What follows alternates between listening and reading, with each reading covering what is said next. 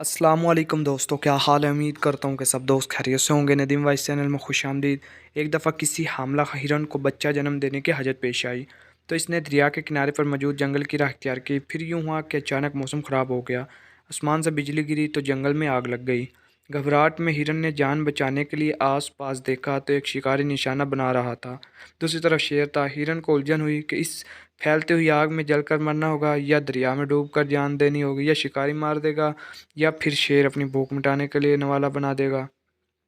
ہر سمت خطرہ ہے، فرار کی کوئی راہ نہیں۔ اسی وقت ہرن کے اختیار میں جو تھا وہ کرنے کا فیصلہ کیا، یعنی پیدائش پر توجہ مرکوز کی۔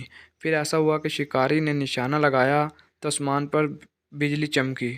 اس کی آنکھیں اچانک بند ہو گئی اور تیر شیر کو جا لگا۔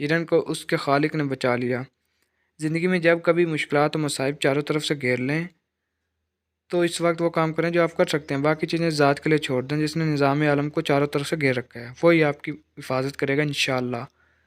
مزید ویڈیوز کے لیے میرے چینل کو سبسکرائب ضرور کیجیے گا۔ ویڈیو دیکھنے